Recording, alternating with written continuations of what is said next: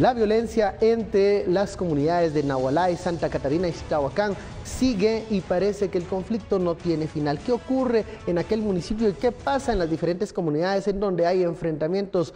Todo esto lo hablaremos con la etiqueta SF Conflictividad, pero antes los dejo con la nota del día. Desde temprano, pobladores de Nahualá bloquearon de nuevo el kilómetro 158 de la ruta interamericana, pero fue retirado a las 9 de la mañana mientras se realizaba una mesa de diálogo en la gobernación departamental de Sololá. En ella intervinieron el gobernador departamental, la Secretaría de Asuntos Agrarios y la Procuraduría de los Derechos Humanos, incluidos los pobladores en conflicto. Prensa Libre y Noticiero Guatevisión intentaron ingresar al lugar de la reunión, pero pobladores de Nahualá se opusieron.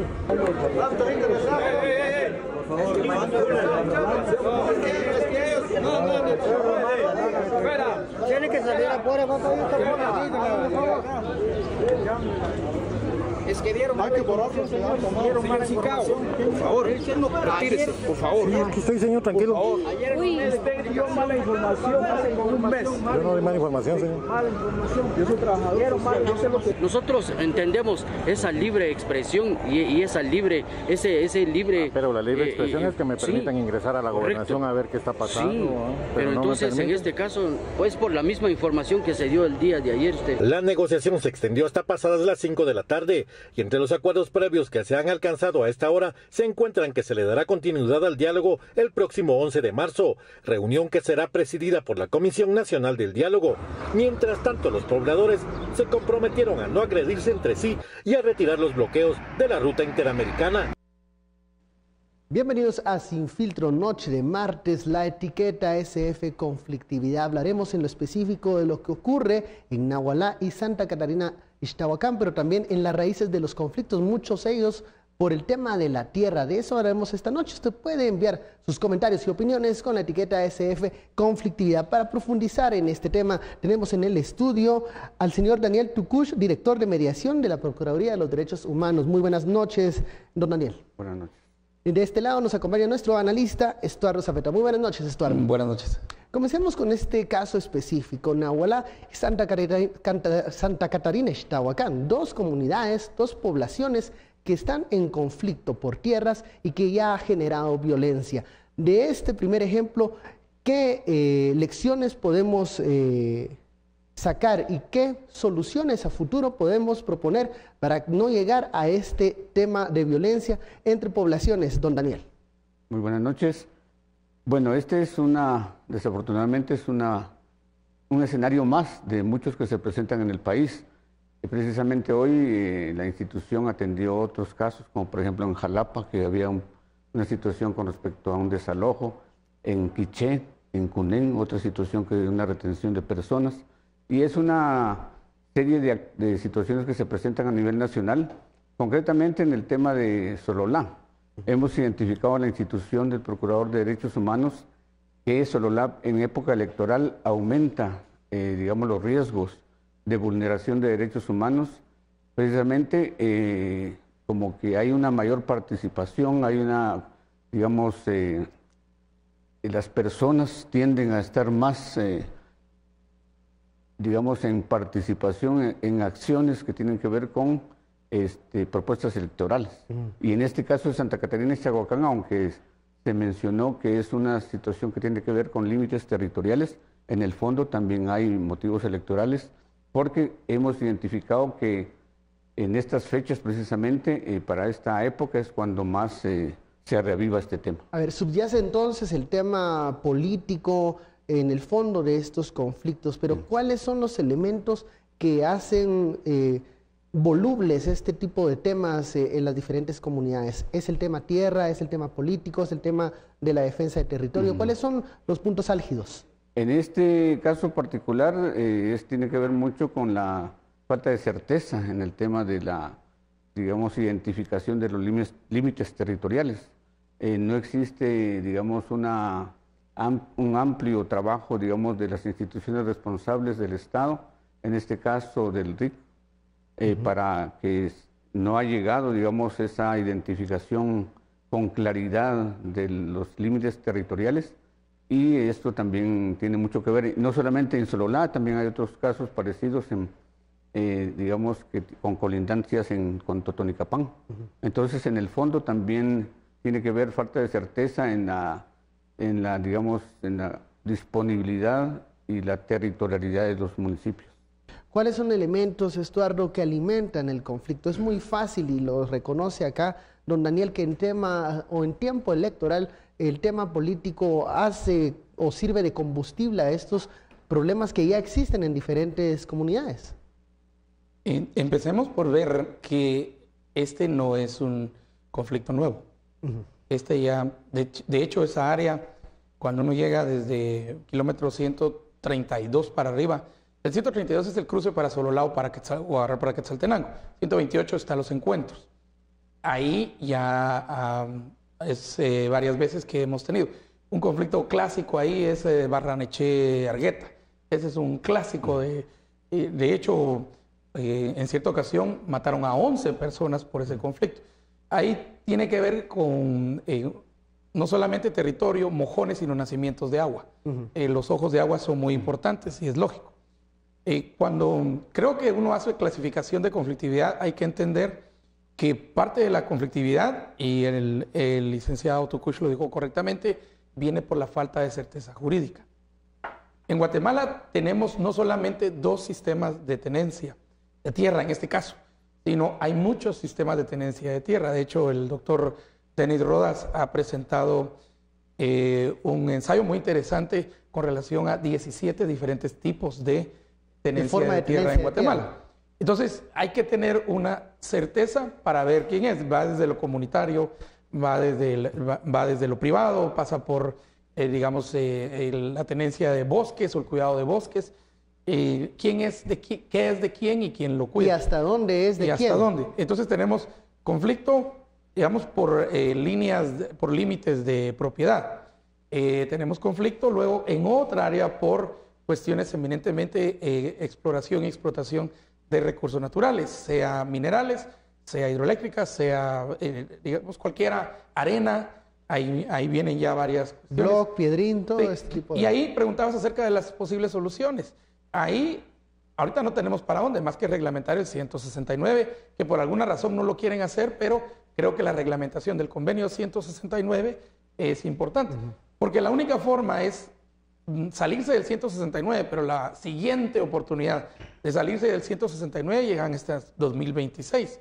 Y además este que fue ratificado por el Estado de Guatemala, el problema está que no se tuvo un reglamento. No se pensó que era necesario un reglamento en ese momento y ha generado mucha desinformación. Y creo que una tercera área está en lo ilícito. También hay muchos conflictos fronterizos en los cuales se han quedado empresas en medio, pero ahí tenemos casos de narcotráfico, casos de amapola, casos de coyotes, casos de... Que aprovechan estos conflictos para poder tener una luz verde son muy para sus importantes actividades para ilícitas. la conflictividad. Y hoy, encima de todo este pastel de las capas de conflictividad en Guatemala, se le pone todavía el turrón de la política. Lo electoral. Lo electoral. Y eso es la fórmula precisamente para... estamos viendo Sololá en este momento. Son dos pueblos quichés, o sea, son de la misma etnia. Digamos, ha habido una tensión también por ahí, todo el lado de Argueta, Novillero, uno sube hasta Lasca, que ahí está la división Quetzaltenango, Totonicapán. Ahí entra otra cuestión que los bosques, ¿verdad? ¿Sería oportuno cuestionar instituciones como el Registro de Información Catastral, todo este tipo de entidades que deberían de ayudar a aclarar esa certeza que no existe? Yo creo que el RIC tiene su papel y al ritmo que va yo creo que debe acelerar, pero eso requiere plata. El RIC requiere plata. Hacer lo que el RIC está haciendo requiere dinero y digámoslo como es. ¿Queremos saber qué es de quién? Eso cuesta, ¿verdad?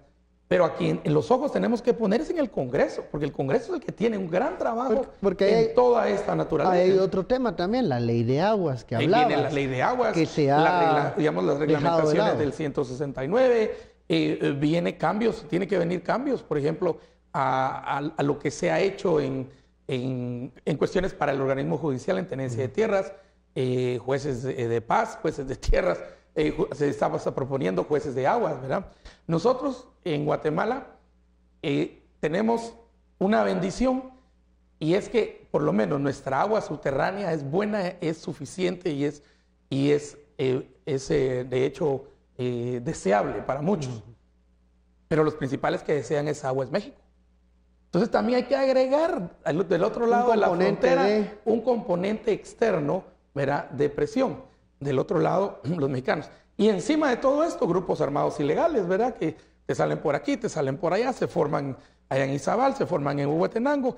Entonces, esos son los que en inteligencia se llaman los GAI, grupos armados ilegales. Reconocemos que entonces hay una asignatura pendiente por parte de algunas instituciones del Estado, una de ellas el organismo legislativo, que pudiese aclarar mediante alguna normativa o leyes algunos de estos conflictos que ya, como lo mencionaba Estuardo, no son nada nuevos. Hace falta una ley de aguas que dé claridad en ese tema.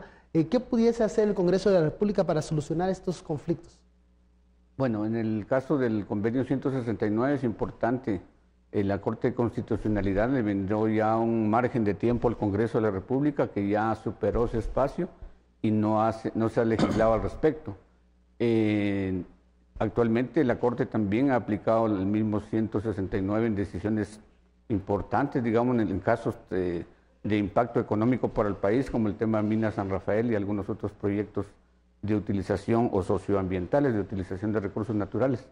Entonces, sí, el Congreso tiene mucho que hacer en este tema, es una responsabilidad muy importante. Y la otra, no solamente en el tema legislativo, sino también en la asignación de los recursos, mediante el presupuesto, por ejemplo, en el caso de la Secretaría de Asuntos Agrarios, que tiene un presupuesto muy reducido para mucha demanda, digamos, y mucha labor que tiene que impulsar el año pasado. Este año, por ejemplo, se le redujo el 50% a la Secretaría. A la Secretaría de Asuntos Agrarios, de un presupuesto ínfimo que tenía, aún así tuvo un recorte del 50%. Una Secretaría que tiene que resolver una gran cantidad de conflictos y que aún con el presupuesto que tenía, la demanda era muy alta de los problemas que tiene que dar mención. A veces uno se pregunta, con ese presupuesto, con todo lo que tiene pendiente, es como que no existiera la Secretaría de Asuntos Agrarios, don Daniel. Así es. Nosotros hemos tenido seguimiento y verificación de los compromisos, en el particular de la Secretaría de Asuntos Agrarios y otras instituciones del Estado, para varios temas. Por ejemplo, hubo un compromiso con una iniciativa que realizó un acercamiento entre un grupo un proyecto, una serie de organizaciones, mejor dicho, de la región norte del país, particularmente de las Verapaces. Y ahí las instituciones del gobierno se comprometieron a una serie de, digamos, de un cronograma de trabajo, pero al final, en la verificación que nosotros realizamos por la institución del Procurador de Derechos Humanos, se identificó que había un avance nulo prácticamente. Uno, porque tienen limitados los recursos, y luego también existen otros factores que tienen que ver con la voluntad política de las instituciones de gobierno para atender las demandas que se plantean. Bueno, de eso hablaremos en el siguiente bloque, la voluntad política para resolver temas que no son nuevos. ¿Qué sucede con eso? Y también cuál es el papel de algunas organizaciones sociales en estos conflictos. Volvemos luego de la pausa.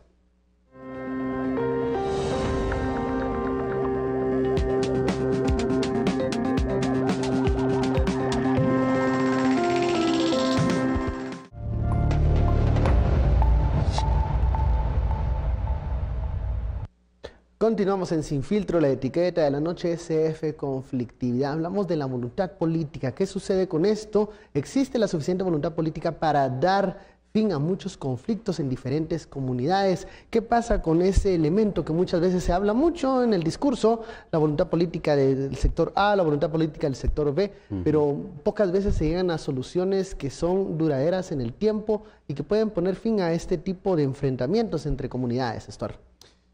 Miren, voluntad política es acción. Voluntad política no son palabras, voluntad política, y entendámoslo bien, entiendo muchas veces que se forman mesas de esto, mesas de lo otro, comisión técnica de no sé cuánto, la comisión técnica aquí.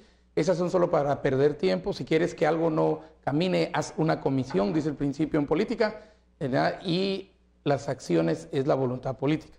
Yo regreso al Congreso porque el Congreso básicamente... y precisamente en casos de conflictividad es que ha sido demandado de parte de la Corte de Constitucionalidad tener un reglamento del 169. ¿Que el reglamento del 169 va a arreglar todo? No, no. Esto tiene que ir acompañado de programas educativos que lleven, digamos, una eficacia y eficiencia en la comunicación. Dije eficacia y eficiencia, que llegue el mensaje, pero también que llegue de manera rápida y que llegue a la mayor cantidad de gente posible y que se entienda. Y esto tiene que ver, por ejemplo, con casos, el Congreso, en los casos, por ejemplo, en la resolución de, por ejemplo, de OSHEC. Ajá. Ahí es claro en decirles, miren, el Congreso tiene que actuar en esto. Ir a un plazo. La empresa siguió trabajando, pero le dice al Congreso, ustedes tienen que hacer, y hay que hacer la consulta informada de buena fe, como dice el convenio 169. El caso de San Rafael es igual.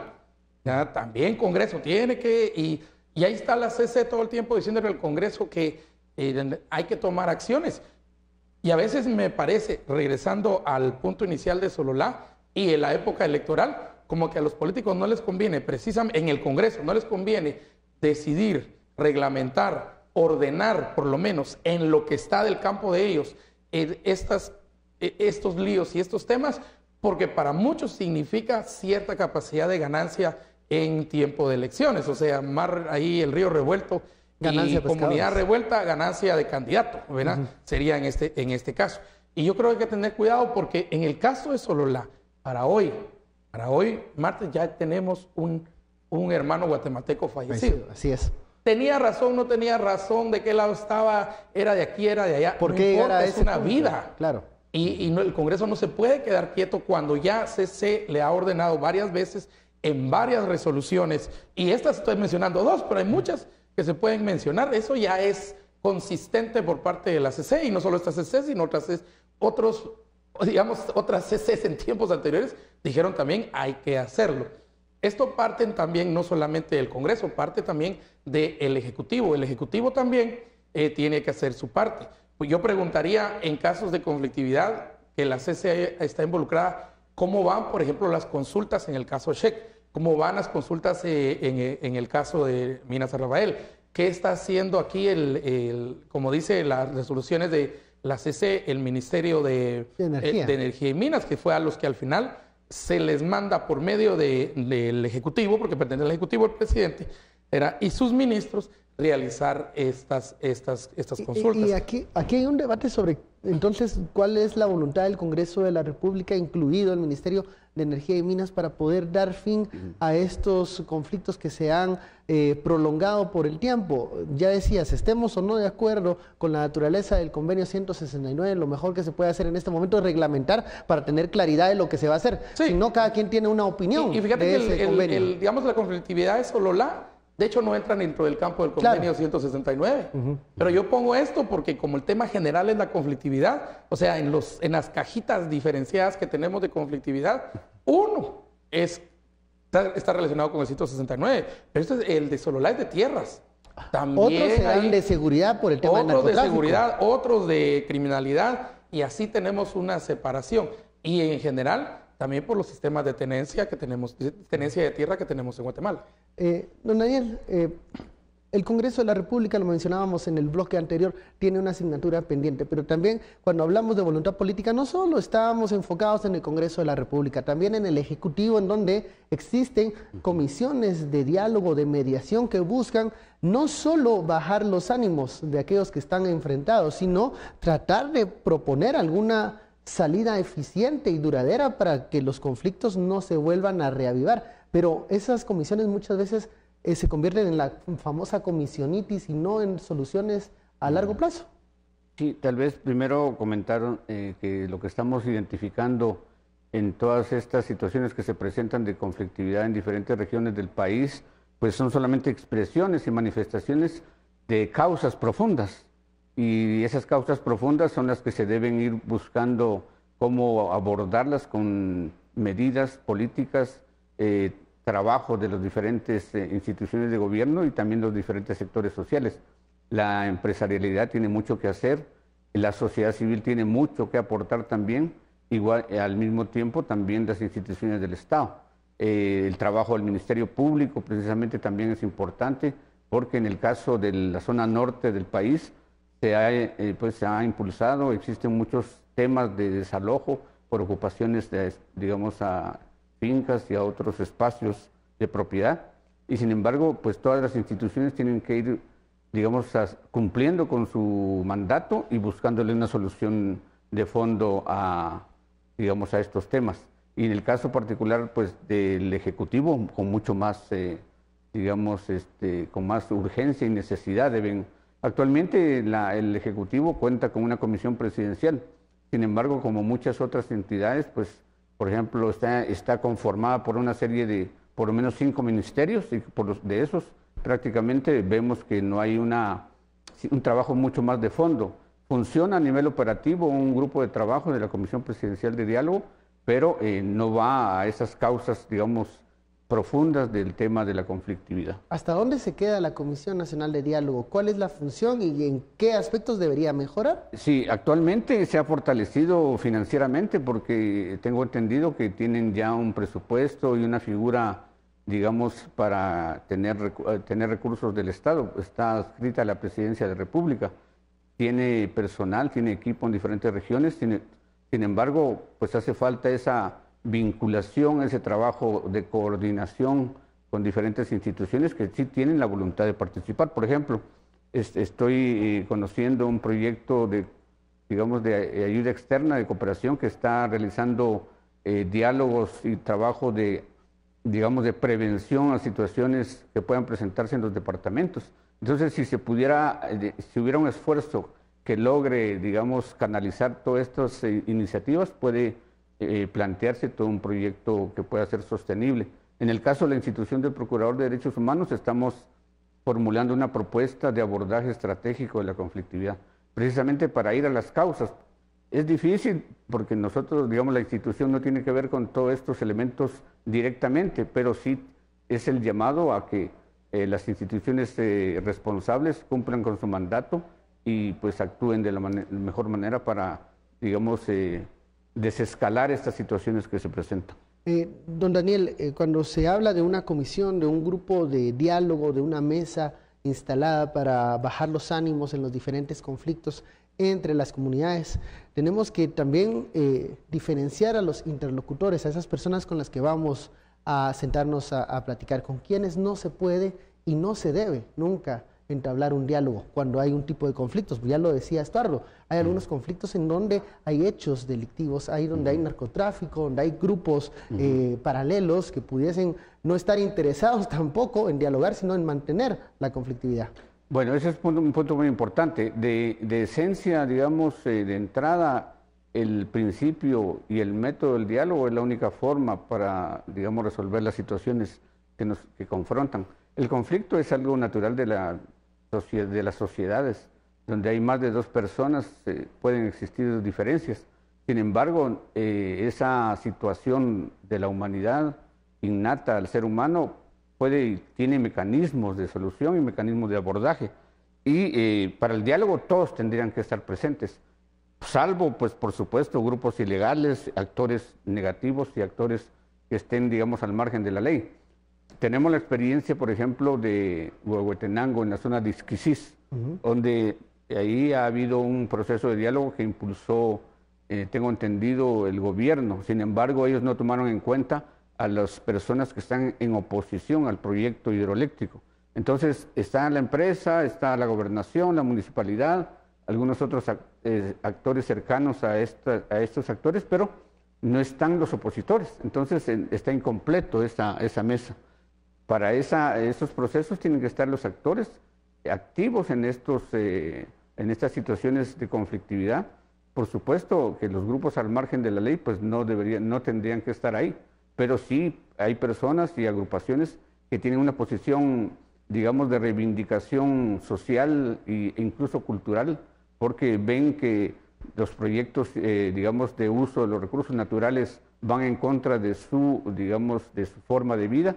Entonces hay que escucharlos. En el diálogo tienen que estar presentes todos los actores, y eso es la ausencia de algunos de los actores es lo que hace que no funcione y no tenga resultados positivos el diálogo. ¿Por qué no funcionan las mesas de diálogo? ¿Por qué algunas instancias de consenso, de acercamiento, simplemente funcionan para alargar los problemas, para prolongar los conflictos, tal vez bajar la intensidad del mismo, pero no para dar soluciones. Y aquí devuelvo la pregunta, ¿con quiénes se debe dialogar, con quiénes no? ¿Quiénes son opositores y quiénes están al margen de la ley en un conflicto, Estuardo? Bueno, es que vamos a ver, vamos a dialogar entre legítimos.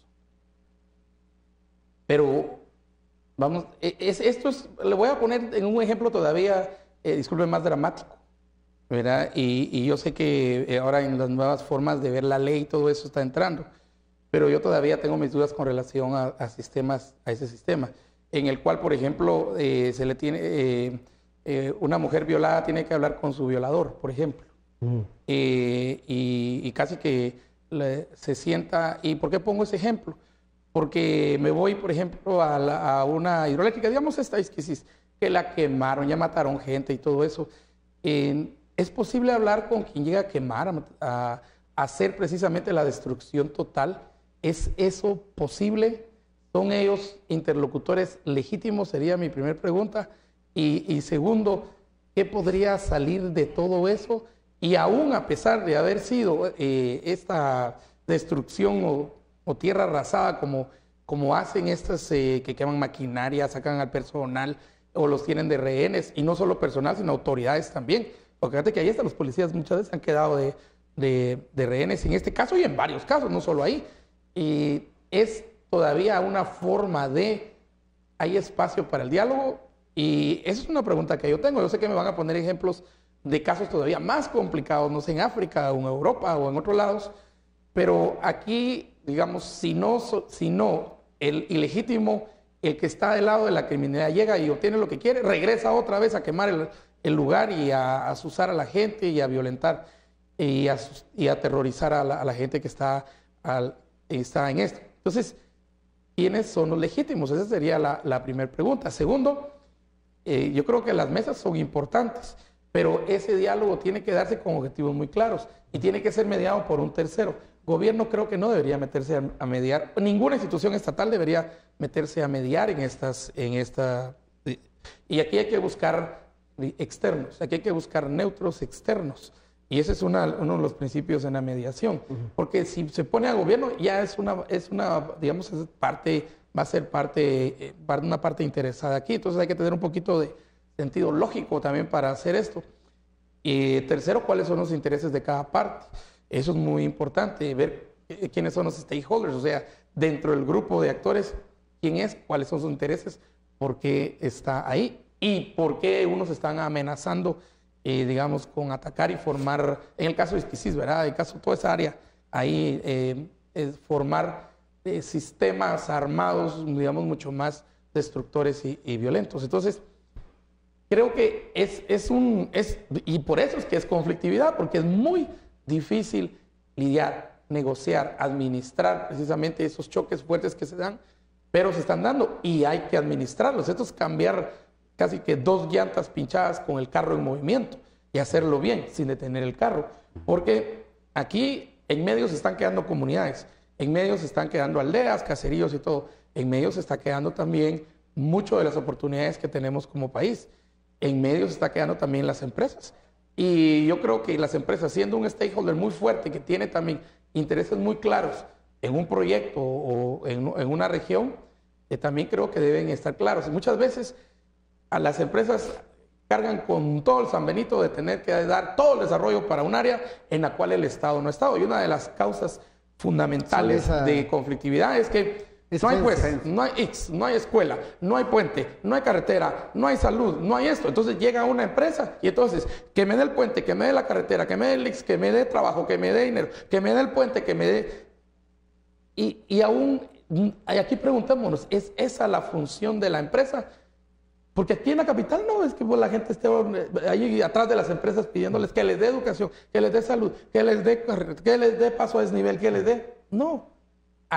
Porque aquí hay presencia de Estado. Entonces sí tenemos que también cualificar esa presencia de las empresas y de las instituciones, las alcaldías, por ejemplo, y las alcaldías que también son alcaldías locales, alcaldías auxiliares, por ejemplo. Vamos a la pausa, aquí analizando las raíces de la SF conflictividad. Volvemos.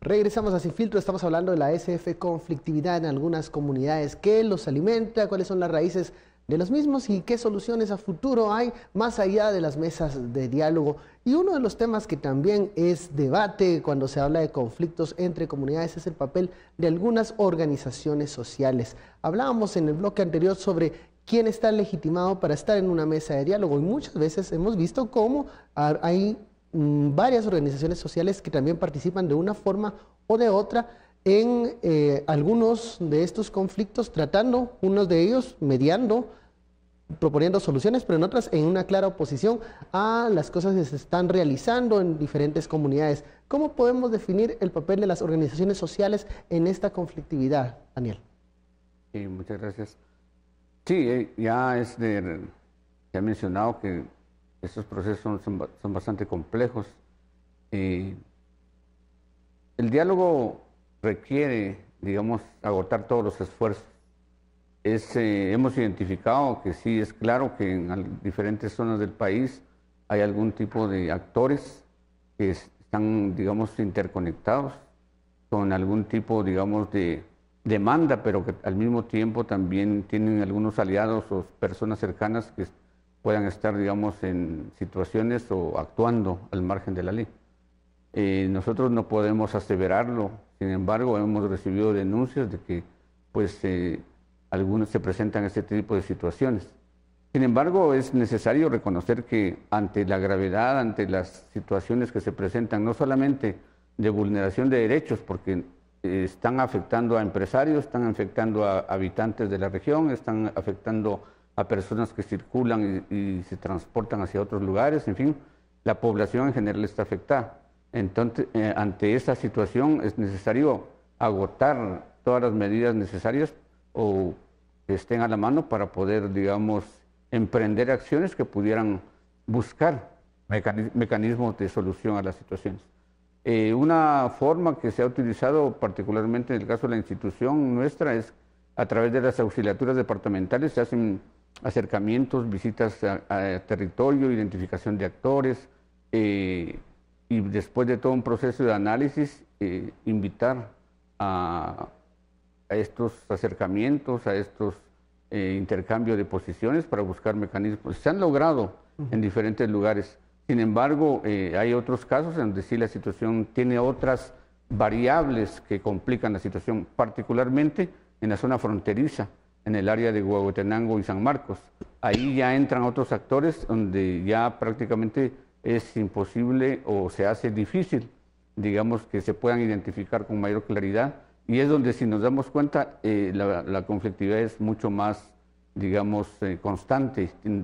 Es difícil tener un mecanismo que permita lograr acuerdos o acercamientos mínimos con los actores porque hay otros factores externos que tienen que ver en esta situación. En esa variable que usted menciona en los municipios fronterizos, ¿cuál es esta variable? ¿Es el crimen organizado? Sí, generalmente nosotros hemos recibido denuncias de la presencia, ¿verdad?, de grupos ilegales que tienen, si no una, digamos, una acción específica o visible o palpable, hay diferentes métodos, digamos, de acción, digamos, de influencia hacia algunos actores locales. Entonces, yo tuve la ocasión de participar en un proceso en San Marcos, en la zona también ya cerca de Tacaná, y ahora que se presenta el caso de Isquisís, también en la zona ya limítrofe con México. Esos casos sí son más complicados porque ya entran otro tipo de dinámicas. En estos casos, Daniel, creo que las mesas de diálogo se quedan cortas para la solución de un conflicto. El gobierno muchas veces propone, cuando son este tipo de conflictos fronterizos, donde se sospecha de la participación de algunos grupos ligados a la criminalidad, allí que entren las fuerzas de seguridad. ¿Es esta la medida correcta para ese tipo de casos? Bueno, particularmente en el caso de Isquisís hay presencia del ejército y hay presencia de la policía. Y al mismo tiempo también hay denuncias de las empresas que son atacados y que son incendiadas sus instalaciones y que hay grupos armados, pero también al mismo tiempo hay presencia policial y presencia del ejército. Entonces cuesta un poco, digamos, identificar cuál es el mecanismo o, digamos, cómo ha sido el actuar de la labor de los destacamentos, incluso que están en el mismo lugar. Entonces ahí cuesta más, digamos, como que permear o saber más en detalle esta situación. La utilización de elementos de la Policía Nacional Civil, Estuardo, incluso del Ejército en algunos momentos, cuando la conflictividad se sale de las manos, se desborda, sobre todo en municipios fronterizos, es visto por algunos sectores como un abuso de la fuerza del Estado. ¿Es correcta la utilización de esa fuerza en ese momento y también el papel de las organizaciones sociales en alguno de los conflictos, Estuardo? Mira, hay que aplicar la autoridad tiene definamos derecho en su forma más sencilla. La forma más sencilla es el monopolio que tiene el Estado de la violencia. ¿Por qué lo tiene el Estado? Porque nosotros no podemos ejercer nuestra violencia. Digamos, vos no puedes tener tu violencia privada y yo la mía, y aunque la tuviera no la puedes ejercer contra mí, porque si la ejerces hay un ente mayor que se llama Estado que te va a sacar y te dice, mire, usted le pega a este, le va a terminar pegando a don Daniel, le va a terminar pagando aquí a todos los camarógrafos y va a destruir todo esto. Que regula, digamos, entonces, el comportamiento. Usted no puede empezar a patear y agarrar un arma y dispararle ni quemar esto, ¿verdad? Entonces, aquí hay un ente regulador que se llama Estado que tiene monopolizada esa violencia. Y el Estado tiene sus representantes por medio de gobierno, que es la policía y es el ejército, que son los que pueden ejercer a fuerza, digamos, ilegal, negativa, tienen que ejercer una mayor, ¿verdad? Y yo digo, aquí en Guatemala la gente pega de gritos, pero miremos lo que pasa en Francia con los chalecos amarillos, o en Alemania, o vamos a Inglaterra, o vamos a esos países donde que a veces me los ponen de ejemplo de los derechos, cuando se viene, o en Estados Unidos, cuando se viene un grupo que viene a hacer daño y todo eso, las fuerzas de seguridad utilizan una fuerza mayor precisamente para calmarlos en resguardo del resto de la comunidad. Esa es la lógica, esa es la lógica. Pero resulta que aquí los grupos que atacan tienen a veces mejor armamento, están mejor organizados y muchas veces neutralizan a las autoridades bajo argumentos, y lo tengo que decir, como ese argumento de si me tocan están los derechos humanos, ¿verdad? Lo cual es un argumento falso, porque los derechos humanos en términos generales no pueden ser protección de delincuencia. ¿Por qué? Porque la delincuencia va a actuar precisamente contra mis derechos, entonces no podría, sería una contradicción en sí mismo decir, si me tocan, déjenme quemar isquisís porque yo puedo quemar isquisís y que estoy en mi derecho. Dice, no, puedo matar a todos los isquisís y destruir la construcción aquí. No, para eso está la fuerza y la coerción del Estado, el monopolio de la violencia. Esa es la lógica. Pero cuando se tiene esos temores, ¿verdad? De que mejor no hago nada porque no sé qué, me va a pasar. Si hago esto, me va a pasar. Si hago esto, me va a pasar lo otro, ¿verdad? Por supuesto que mucha gente va a decir, fue uso excesivo de la fuerza. Sí, pero es que no eran niños de primera comunión, estaban quemando el lugar, pues, y mataron gente. Entonces hay que entender ese contexto que se está dando ahí. Pregunta, ¿de dónde traen las armas? ¿De dónde viene el dinero para organizarse? ¿De dónde sacan todo eso? Estos son lugares muy, muy específicos. Si vamos a otros lugares, por ejemplo, como, no sé, lugares limítrofes con mar, vamos a encontrar también gente muy armada. Lugares muy al norte digamos, de Alta Verapaz, y casi, por lo general, miramos la media luna del narcotráfico. Pero no solo eso, ahí no solo pasa narcotráfico, ahí pasan ilegales. Ahí pasa contrabando. Ahí el uso de la fuerza del Estado es necesaria y urgente, digamos, en ciertos casos. Es necesaria, sí, y solo sí los otros están actuando en contra de la ciudadanía y en contra... Y el empresario también es ciudadano. No solo el habitante de Isquisís, todos aquí somos ciudadanos. Y esa es la lógica, que el Estado, utilizando ese monopolio que tiene de la violencia, va a decir al que tiene la K-47 y que le va a disparar a medio mundo ahí, te vamos a sacar, porque eso no se hace. Además, En teoría, el Estado es el que tiene monopolio de las armas, pues, ¿verdad? ¿Qué es lo que pasa? No es así, pero por la cantidad de armas ilegales que hay que están corriendo en todo el país. Pero eso significa mucho de la criminalidad. Entonces, aquí tenemos que entender que ahí no llegan a hacer ayuno y oración, no llegan a hacer vigilia. Ahí llegan a quemar, a destruir, a matar. Esa es la lógica. Y eso le llamamos oposición. ¿Es la palabra oposición la correcta para esta gente que llega a destruir? Dejo la pregunta también. Y creo que aquí sí tenemos que... Ahí es donde viene la fortaleza del Estado y las grandes funciones del Estado.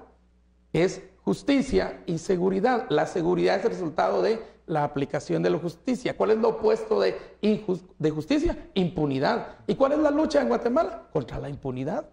Esa es toda la lucha que tenemos. Entonces, en su forma contra la corrupción, en su forma de lucha contra los ladrones, los saqueadores del Estado. Bueno, hay muchas formas de pelear contra la impunidad, pero la impunidad es lo opuesto de la injusticia.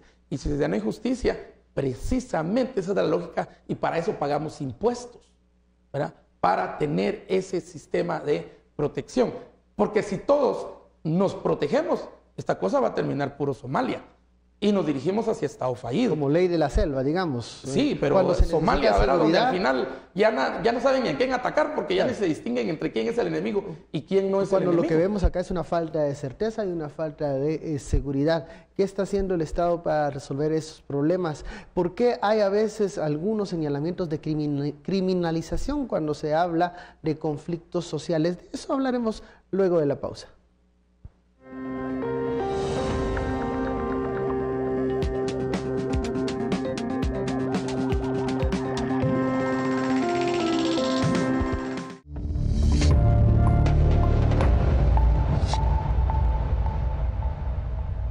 Regresamos a Sin Filtro, la etiqueta de la noche, SF Conflictividad. En el primer bloque hablábamos de un conflicto específico, el que se vive en Nahualá y Santa Catarina Ixtahuacán. Luego describimos los diferentes conflictos y cuáles son aquellos elementos que asusan muchas veces a las diferentes comunidades y reavivan conflictos que ya tienen una larga data. ¿Qué ha pasado con las mesas de diálogo? ¿Qué ha pasado con la función de los organismos legislativos y ejecutivos? ¿Cuál es el papel de las organizaciones sociales y en qué momento es necesario el uso de la fuerza para detener un conflicto entre comunidades? Y una pregunta que le hacía a Estuardo antes del corte era, ¿por qué hay a veces señalamientos de criminalización cuando existen conflictos sociales? ¿Cómo debemos definir eso y a qué se aplica? Particularmente en la zona norte del país han habido denuncias y se han conocido públicamente prácticamente una persecución a diferentes actores, líderes sindicales, líderes indígenas, de organizaciones comunitarias particularmente. Lamentable también el asesinato de varias personas el año pasado. Fueron denuncias que se conocieron y fueron públicas, y también incluso el Ministerio Público tiene un equipo de trabajo que está investigando estos asesinatos hacia líderes comunitarios. Este es un proceso, es un fenómeno que se presenta porque seguramente pues hay diferentes iniciativas por la defensa que ellos han mencionado, la defensa de sus bienes y sus recursos naturales. Conocimos, nosotros hemos ido a diferentes comunidades de Alta Verapaz particularmente a conocer realidades muy duras. Viudas, niños huérfanos, personas que han estado asediadas, digamos, por este tipo de persecución. Es una realidad que desafortunadamente se ha presentado. Ha habido, digamos, esta realidad social en la cual incluso muchas personas han sido aprehendidas. El delito generalmente que se utiliza es el de usurpación, y tiene mucho que ver con las acusaciones que han habido a ciertos líderes sobre el tema de ocupación de fincas. Esto seguramente nosotros en la institución no es que estemos avalando este tipo de acciones, sin embargo, también reconocemos que hay demandas y hay planteamientos incluso históricos con respecto a la propiedad de la tierra. hay comunidades que incluso han denunciado y tienen documentos con respecto a esa, digamos, a esa legalización de los territorios en diferentes municipios. ¿En estos casos se puede asegurar que ha habido un abuso de la fuerza por parte del Estado? El año pasado se realizaron 2 desalojos fue en Izabal y Alta Verapaz. Fueron los más, digamos, los que tuvieron más trascendencia de conocimiento público. Hubieron denuncias de que las autoridades, digamos, incendiaron las habitaciones, digamos, las construcciones, ¿verdad? Porque no son viviendas en sí, pero sí construcciones improvisadas de las personas que han estado en estos lugares, y hubieron fotografías, denuncias. La institución estuvo presente, digamos, verificando la situación que se presentó. Sin embargo, por la misma naturaleza del territorio, de la lejanía de los sitios donde se realizó estas actividades, pues fue difícil tener digamos, un diagnóstico y digamos, una imagen muy certera. Sin embargo, se veló porque el procedimiento legal estuviera, digamos, conforme a la normativa vigente, en el caso, por ejemplo, de la labor del Ministerio Público, de la orden de juez y de la labor de las autoridades. Hubieron denuncias de en esos desalojos, digamos, hubieron aprehensiones y también incendiaron. No podemos dar fe de que fueron las autoridades o la policía, pero sí hay, digamos, imágenes donde sí se ve claramente que estas viviendas fueron incendiadas. O sea, digamos, hasta donde llegó el Estado en el hecho de incendiar viviendas, sí se puede suponer un abuso de autoridad, pero todos estos tienen un procedimiento legal, todo desalojo tiene una orden para ejecutarla. Entonces, no cabría ahí en el tema de las órdenes la criminalización, pero sí la forma como se desalojó a los invasores.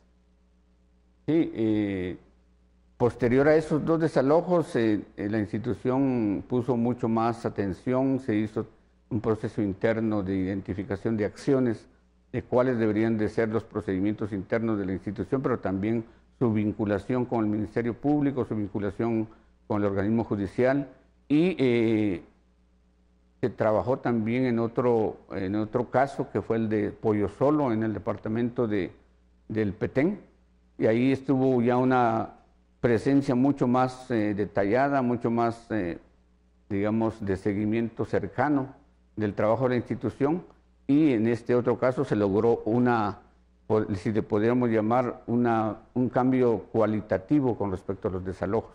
La institución del Procurador de Derechos Humanos estuvo presente, se veló porque estuvieran las instituciones responsables de gobierno para que las personas que iban a ser desalojadas tuvieran por lo menos un espacio, un albergue temporal, la proveeduría mínima para las condiciones de vida, en el caso de la alimentación y la salud.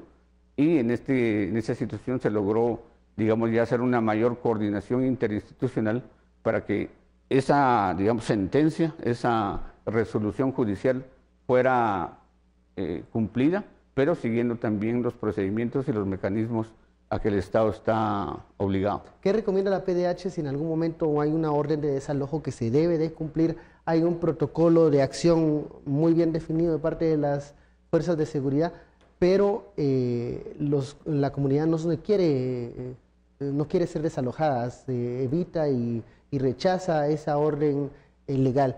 ¿Qué es lo que recomienda ahí la institución de la PDH? Nosotros, a partir de la experiencia del año pasado de Izabal y de Alta Verapaz, trabajamos un documento que se llama Protocolo de Desalojos, Protocolo de Atención en Situaciones de este tipo. Y en este documento y en este plan, digamos, de abordaje y de actuación, se identifican muy claramente cuáles son las acciones de la institución antes, durante y después del desalojo. Y esto ya lo pusimos a prueba en este desalojo que les comenté hace un momento, que se realizó en el departamento de Petén. ante una resolución judicial, lo que se, digamos, realiza y lo que se ejecuta, pues es velar, ¿verdad? Porque tiene que haber un tiempo específico entre la notificación a las personas que van a ser desalojadas, y también las instituciones de gobierno tienen que tener espacios mínimos para tener una vivienda temporal, ¿verdad? Y no ser, digamos, desalojados de un lugar y dejarlos a la intemperie. Aquí está el debate. Muchas veces cuando se habla del conflicto de tierras, las invasiones, Estuardo, hay una orden de desalojo perfectamente, completamente legal. A veces ahí sí que la orden de desalojo que se les da a las fuerzas de seguridad en algunas ocasiones no se cumplen todos los protocolos, pero se está tratando de que se cumplan. ¿Qué pasa si los invasores se niegan a cumplir esa orden? Ahí es donde hay un debate. Que ha sido la general, ¿verdad? La negativa de invadir. Entonces, los protocolos, no solo en Guatemala, yo creo que, supongo que, no conozco el de la PDH, pero supongo que ha de agotar todos los procedimientos, primero de diálogo, los procedimientos de convencimiento, los procedimientos que tienen, por ejemplo, la Policía Nacional Civil, aún antes de desbloquear has visto que antes de desbloquear una ruta, lo cual tendría que hacer al instante, pero por protocolo tienen que hablar primero quienes están bloqueando, tienen que tratar de convencerlos que se quiten, darle las razones, llegar a un acuerdo. Obviamente tienen que ofrecer algo, porque no solamente me voy a quitar yo que voy a obtener. Pues la lógica que están bloqueando, que están haciendo algo, es porque quieren algo, ¿verdad? Aunque sea prometerles la bendita mesa de negociación o la comisión de lo que sea, pero quieren algo. Y yo creo que en las negativas es donde se vuelve precisamente la tensión más fuerte. Estos procesos ya son tensos. No son tensos porque se negaron, estos son tensos desde que principió, por ejemplo, la invasión a una propiedad privada. Allá ya hay tensión.